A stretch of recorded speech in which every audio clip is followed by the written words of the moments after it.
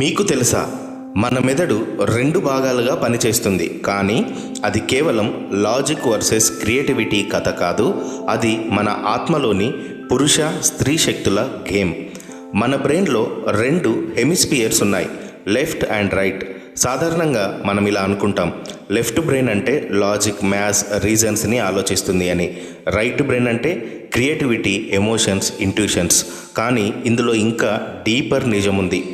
ప్రాచీన జ్ఞానంలో, ముఖ్యంగా కుండలిని యోగా వంటి బ్రెయిన్ ఫంక్షనింగ్స్లో ఇవి రెండు శక్తులుగా చెప్తారు.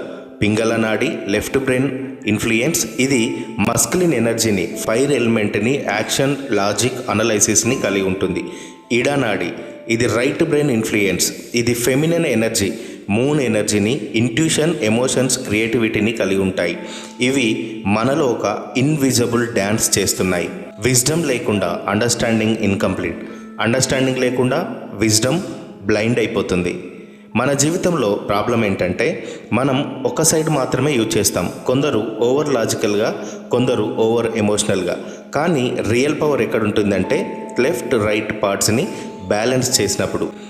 ఎప్పుడైతే ఇడా పింగళ బ్యాలెన్స్ అవుతాయో మైండ్ క్లారిటీ వస్తుంది, డిసిజన్స్ పవర్ఫుల్ అవుతాయి, ఇన్నర్ పీస్ యాక్టివ్ అవుతుంది.